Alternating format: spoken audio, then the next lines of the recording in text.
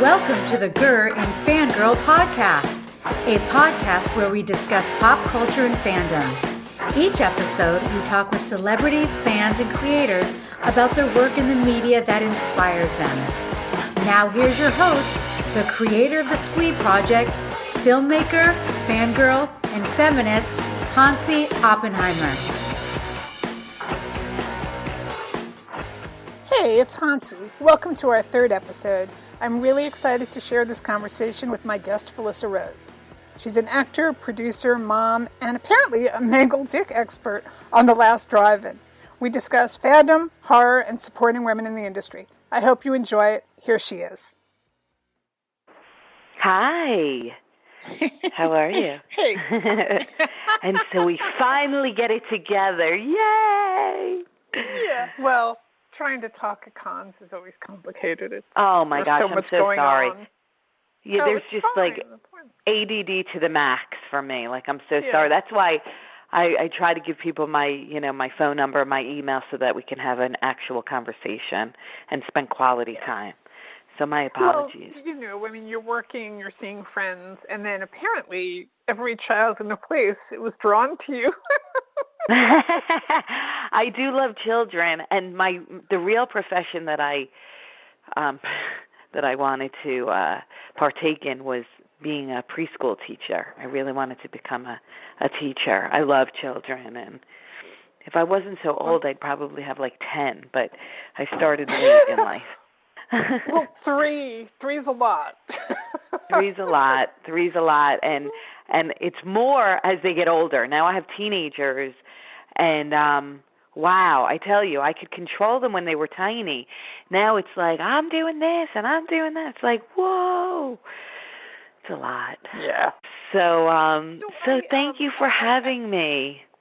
Oh, my pleasure. I'm honored, that we got a chance to talk. And it was so funny, like when we were talking, it was like, oh my God, she's a New York girl. You have a Long Island accent, like I do. I know, and I didn't even realize there was the difference with Staten Island, Long Island, Jersey, Bronx. Like, I didn't even know we all had different accents.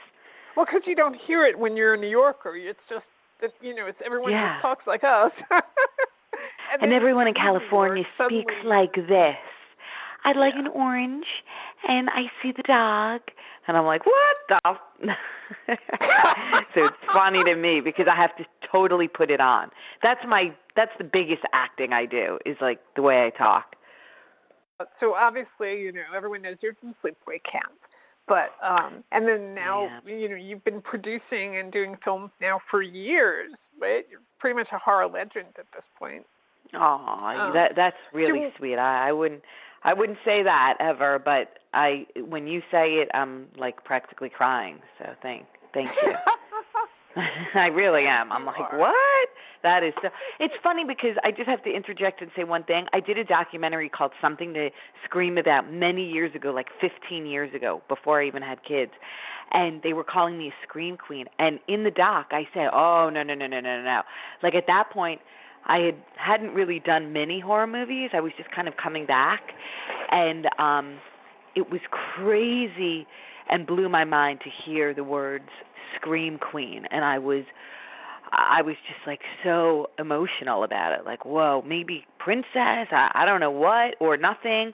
I love and adore and respect all the women who are the true Scream Queens. But yeah, so that's, it's like amazing now to be talking about the movies I've done and producing, because I never saw that coming 15 years ago. But are you loving the producing end of it? Are you enjoying that part? I love producing. To me is like raising a family. It's sort of like in pre-production, you're pregnant, and then like you have the baby during filming, and you're crazy because there's so much to get done. Like, who's crying, who needs to be fed, who needs money, there's all of those aspects, the caterer, the crew, the trucks, the lights, you're in it from beginning, to end. And then when you release it, it's kind of like you're giving your 18-year-old out to the world. So I see it like it's the most fulfilling and compelling part of filmmaking because you're really immersed in that world, the entire, nut from just the whole, every perspective. So I love it. I love it. But I will say when I'm not acting and I'm watching as a producer, I get like the acting bug kind of flares up, and I'm like, I want to be there. I want to do it. But I just acted in a film last month, and I wasn't part of the production. I was just hired as an actress, and then I felt like, wow, this is so easy, like to just come on as an actor, because I'm used to either wearing the producing hat, which is so tremendous, or both, which I was telling my best friend last night. I never realized how hard, like, I'm trying to balance that when I'm doing both, and it's a lot of work, You're trying to be in character, and then you're trying to put out fires, and it's a lot, but so satisfying. I mean, it was interesting because during the panel with Adrienne Barbeau, who's another idol of mine, right? Another scream queen for sure, and she's a legend. She's a legend. Yeah, she's a legend.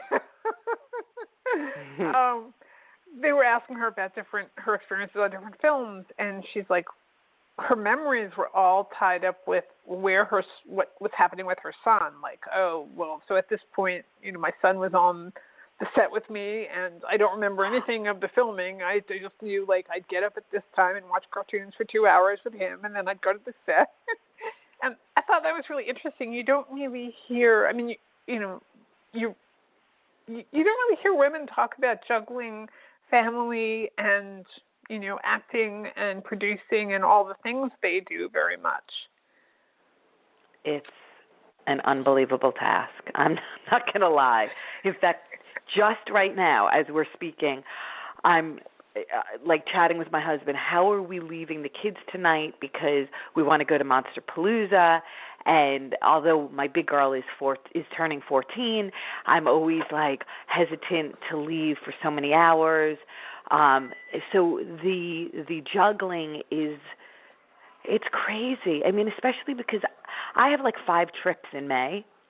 And although my husband is amazing and such a great dad and does, so much with the kids, I have to leave to go to Dallas for like a week, or last year I went to Florida for a month.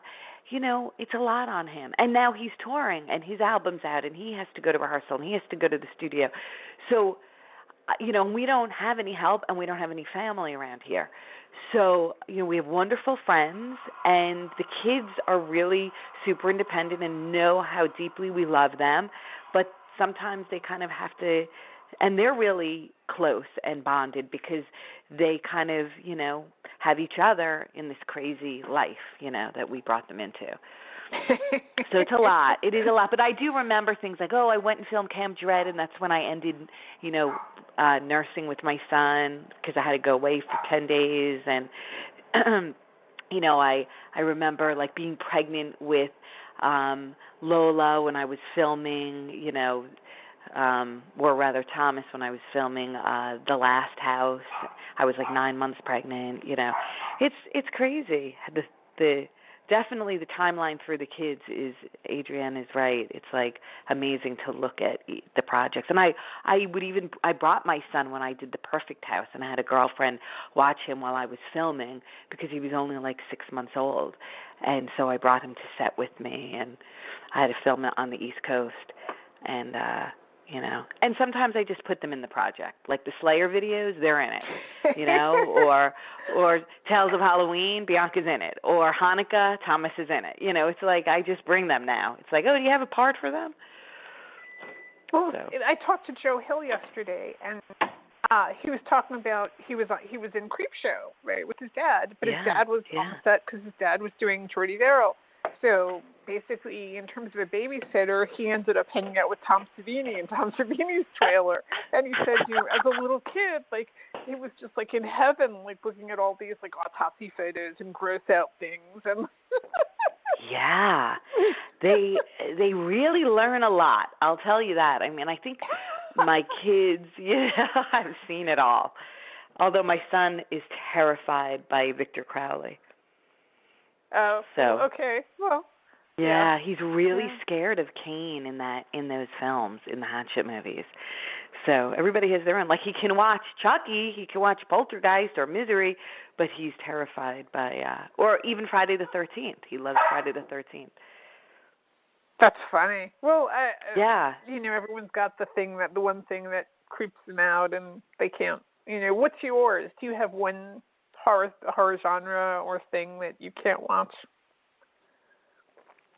I mean, I'm very drawn to Home Invasion, but it terrifies me the most because it's the most. I know I think because it's so real. Like, the reality is, someone can come to your home and kind of lock you in and torture you, like Funny Games or The Strangers, But probably not. You won't be chased by a man in a hockey mask, or you won't, or right. I mean, that's just the way I probably justify my not being scared by most slashers. But yeah, I would say Home Invasion terrifies me because it is the real, and I love those movies. Like, I'm obsessed. So it's kind of a strange fascination, but I think that's why we love horror so much. I think that's the thrill that we seek. It's like a roller coaster, You could die. I mean, it could break really down or fall out. What's that?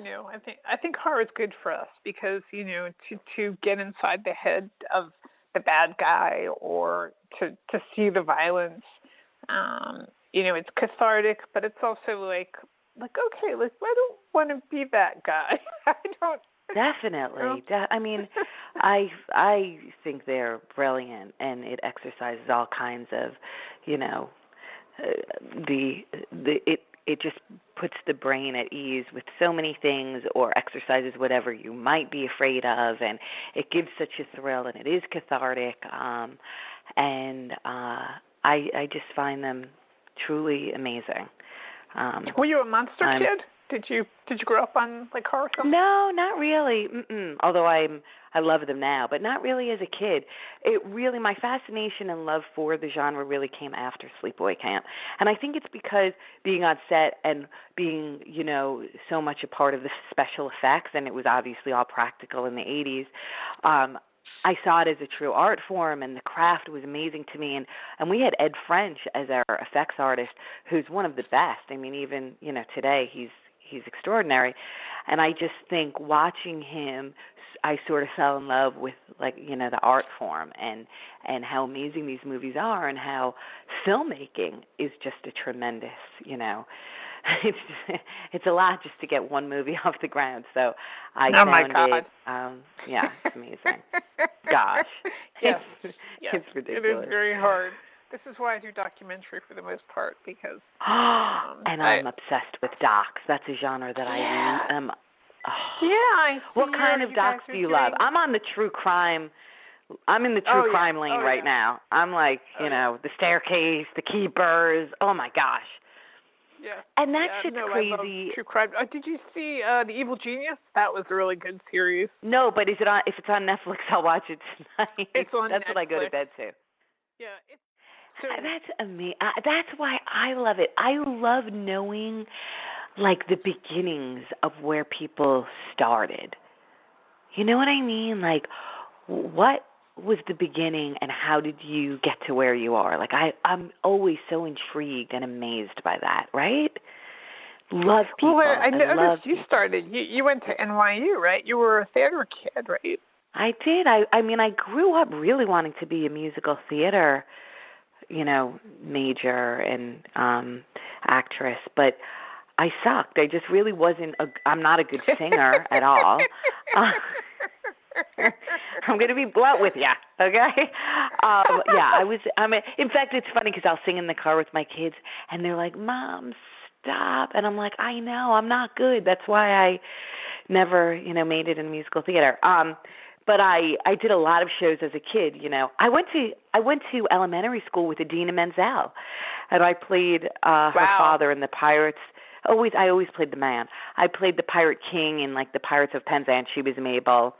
And then she and I became very dear friends in high school, and we did forensics she's a few years younger, and I was doing forensics, which was like dramatic interpretation across, the country. And then she was like, I want to do it too, and she did it. And then I went to NYU, and she went to NYU. So, and then she became a huge star. And I love it, and I think she's brilliant. But I really wanted to brilliant. do that. I mean, a brilliant woman, actress, singer. But I wanted to do that as well. I wanted to, I saw Rent 1,000 times on Broadway and really wanted to be in that. But, so that was it. I went to NYU to study drama and just felt like I wasn't sure what I wanted to do. So when I graduated, I just ended up in business. I owned my own company, which was like a temp permanent agency that would place artists in temp jobs so that they can, work and make money and also audition and do all that good stuff, or any artists. And then several years after that, I thought, this sucks. I don't really want to run a business. I want to do, this. I want to be an actor. And then, sort of like Fangoria happened in 2001, Fangoria weekends, and we realized, holy shit, there's actually, people who saw Sleepaway Camp, and the website started, and that's how it all happened. It was like right from there, boom. We realized there were internet. So because the fandom community, the horror community was always there, but when sort of the internet, then we could all find each other. So I think like Joe Bob is also kind of like grasping with that now. Like we were always, in our own little fandom communities, but now we're one huge, massive horror community. Unbelievable. We are huge. And thank goodness, because we have found one another and we are a family. And I feel like that's where we all feel most comfortable. I know, and if people only knew how loving and soft and generous we all are, Actually, it's true. The horror community has been incredibly, I was surprised, because I am polyfandemic. I work within a lot of different fandoms and, and cover a lot of different kinds of cons. So it was really interesting, the horror community is so, friendly, and there is so little barrier between the celebrities and the audience, and, they, karaoke, everybody was there. Everyone was, there was no, the celebrities over here. Richard Rico, he was, David Howard Thornton. So many amazing people. John Cassier, and, oh, my gosh, incredible. But I love that the horror community, the stars don't act like stars. They act like they're horror geeks too, and they probably are. That's probably true. I think so. I think every single one is a fan and, appreciates all of it. It's like, it's just, you're right. There's no beginning and no end. It's all one big happy community, and it's just everyone embraces each other. It's like you never feel alone. It's a very happy group. Isn't that funny? I love it. I found it. I feel, my best when I feel energized when I'm there, and then when I come home, it's given me so much, so much good. I don't know. Just I feel really like I'm on a happy high when I get home. So it's great. You were the mangled penis expert recently. I love that job. I love that job. It's so funny because I tell Joe Bob this, and I tell the producer, Matt, and Austin, the director, over at The Last Drive-In. They've given me a whole other career. It's ever since I appeared on the first marathon in July, it changed a lot of things. And it gave, they put the spotlight on Sleepaway Camp, and I was so grateful that he had me on the show. And it was just amazing to me that people enjoyed. I knew they were going to love Joe Bob and everything he puts out, but I was so excited that, people liked the Sleepaway Camp segment, and And now that he asked me to be his mangled dick expert and I appear on a lot of the episodes, Barbara Crampton sent me the most beautiful email the other day. She was like, and it was so great that you were on, the Castle Freak episode. I'm like, yay! So that's how great the community is. Barbara Crampton emailing me just to say, we women, we all stick together, and, I love you, and we all have great adoration and respect for one another, and when one wins, we all win. And it was like I was just crying the whole email, running around and showing my husband, and it's crazy because I'm such a fan. She's a legend. Maybe that's what it means to be a scream queen, to stand up with the other women who who stand with you or before you and after you for each other. I think so. I mean, I think, we're so fortunate. I feel like in horror, and I was discussing this with my friend Tiffany Shepis, who's an amazing actress in horror, and we were talking about how, really horror has no boundaries with, like, age and gender. I mean, we're really lucky that way. It's like, it's the only genre where you can be 80 years old and be a star. You can, it doesn't have, it doesn't put any of that crazy, the crazy boundaries that most genres do. Like, you can only be in a rom-com if you're, like, in your 20s. Right.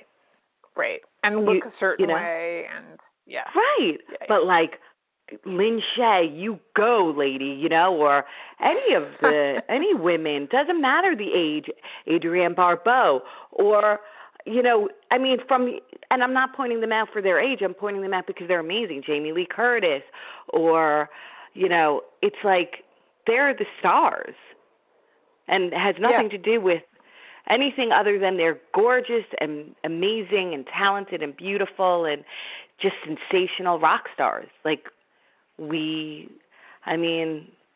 turned 50 in May, and I feel like this has been the best time of my career.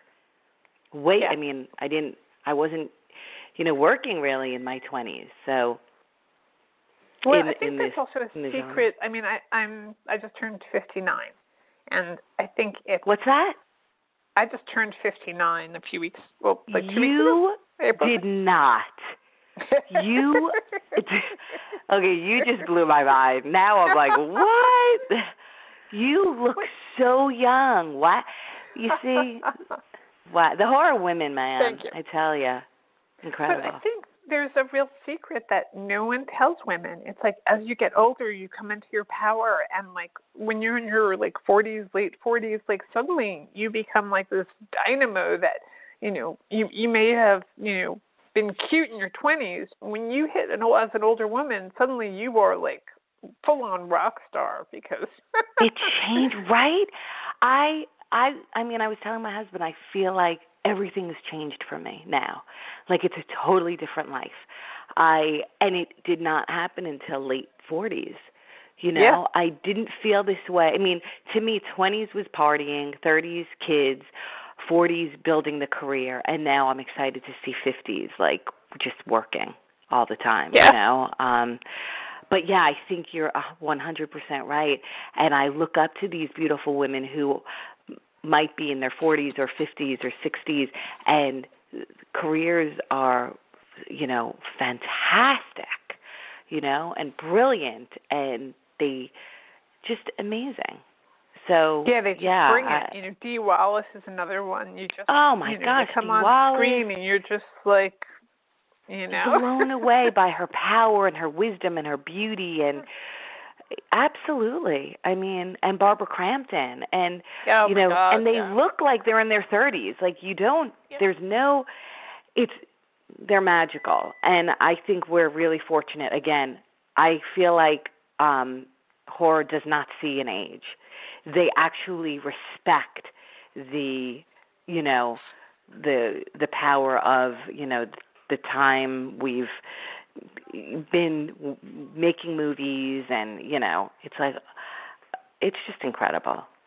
And you can be quirky looking, or punk or tattooed or not like the perfect little blonde princess that, they want to see in Hollywood movies.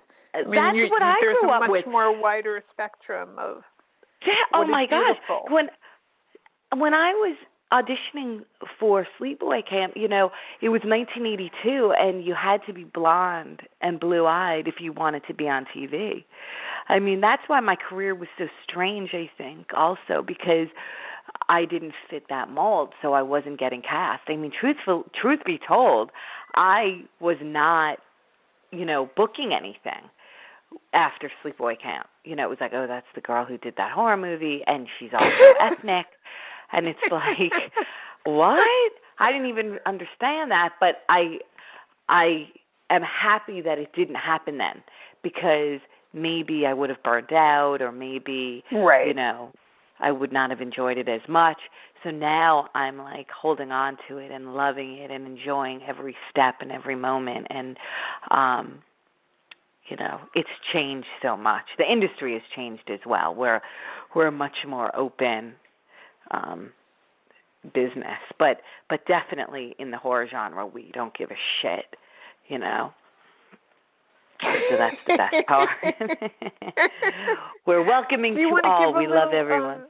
Do you want to give a little pitch to for the documentary that you guys are fundraising for? I think that's I think a lot of people will be interested in that. Thank you. So Mike Perez and myself, we are decided we thought it would be a good time to get the Sleepaway Camp doc out there. This documentary will tell all stories, all in front of the camera, behind the camera, and every which way of the first, second, third, and Return to Sleepaway Camp films.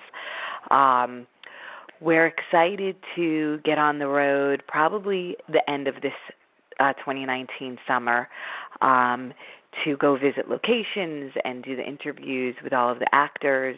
Everyone's agreed to participate. I'm interested because, Sleepaway Camp has been my whole life, and I love the movie for all that, just everything about it. It's just part of my fabric in this world. So there's so much that I just want to explore and talk about, and thanks to Mike, we're doing it. So I'm excited to get on this journey and see where it takes us, and thanks to everyone for helping and supporting and sharing it and loving it, and I can't wait to start.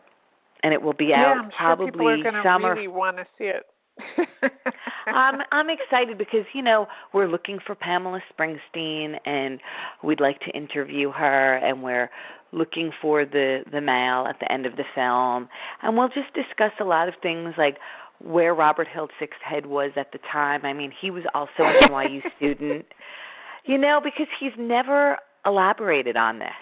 Everything is very topical, like, oh, yeah, I made a movie and I had a beginning and an end. It's like, no, you really didn't. You gave it a lot more thought than you're letting on. And I know he holds his cards very close to his vest, and he says, oh, movie magic. We've never had an in-depth interview with Robert discussing why he made this movie and, where he got the funds. He speaks a little bit about all of that, but he never gets in depth with the homoerotic undertones, and it's very clear to the viewer what this movie was about. It's so interesting now, too, in terms of like all the issues about gender and gender fluidity and all those topics now. I mean, I don't know if that film could be made now, but it's interested to be viewed now and talked about. Definitely, and we will get into the whole social aspect, and from the beginning up until today, and I just think it is relevant right now. It was a very provocative film for the early 80s, and I think discussing it with there are so many people I'd like to talk to about it and interview. It's funny, the people who enjoy this movie, from Sean Whalen to Chris Jericho. I've met fascinating people and become friends with people because they have such an interest in this film. It's so weird that at New Jersey HorrorCon, Chris Jericho came over to talk to me and was like, I love this movie. And it was like, what? Chris Jericho? What? Like, it still blows my mind. He even texted me the other day. I'm so excited about the doc. And he has all these questions. And he's a real horror fan, truly, and loves Sleepaway Camp, and we need to interview him to find out why, and he's actually a fellow Long Islander. Ah. Did you know that? I didn't know that.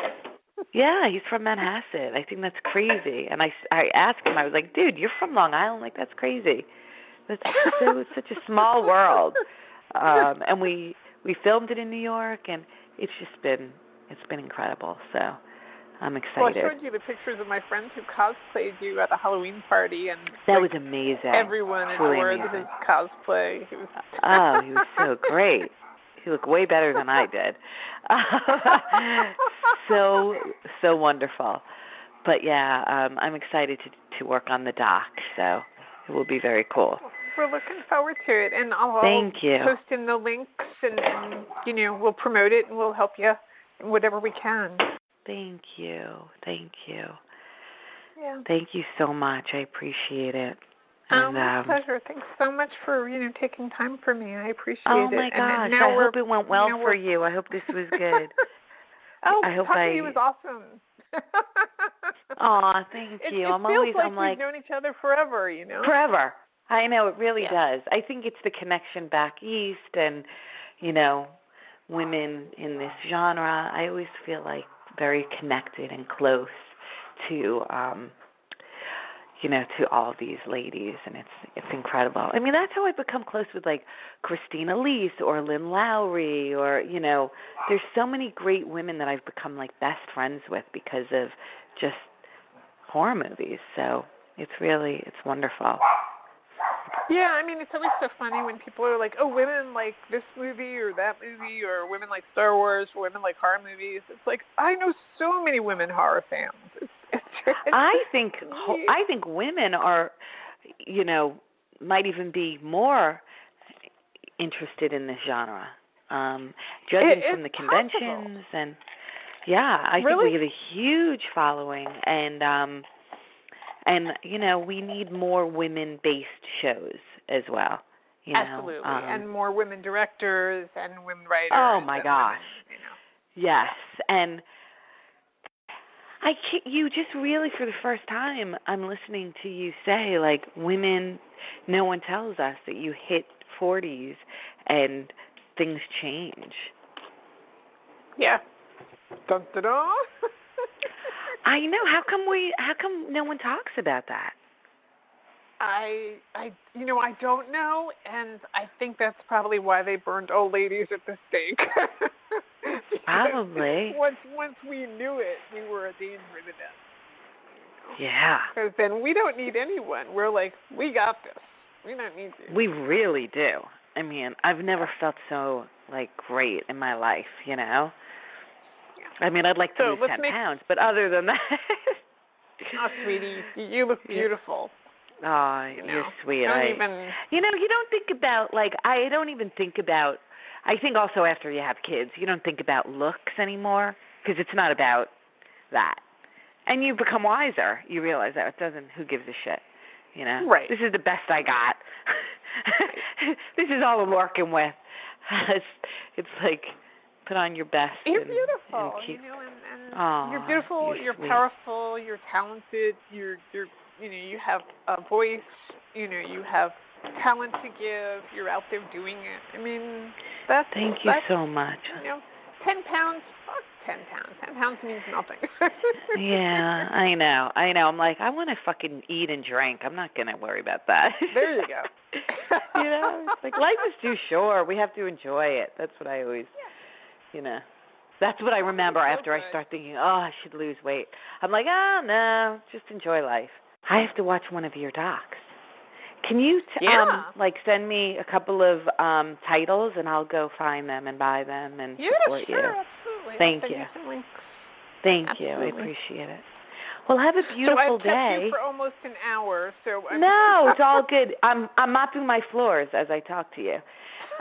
Because I know I have to have a house full of kids when I go to Monsterpalooza tonight, so trying to clean up for them before they mess it up again. Well, they will mess it up in 30 seconds. You knew that. Yeah, they'll mess it up in 30 seconds, so I figure I might as well leave to go to Monster, because my husband's like, I'm going too. I'm like, you're not staying home to watch the kids? No, I want to go to Monsterpalooza. I'm like, oh my God, this is what happens in my house. Everybody has to go. I'm like, okay, you're going too. So we'll have a wonderful time. Thank you. Have a beautiful weekend. Thank you so much. Thank you. Okay, and we'll talk soon. Okay. Thanks. Okay, bye. Bye. Thanks for joining us this week on the Grr and Fangirl. If you enjoyed our show, be sure to visit our website, www.squeeprojects.com, where you can subscribe to the podcast and our YouTube channel for lots more Squee as fuck pop culture content.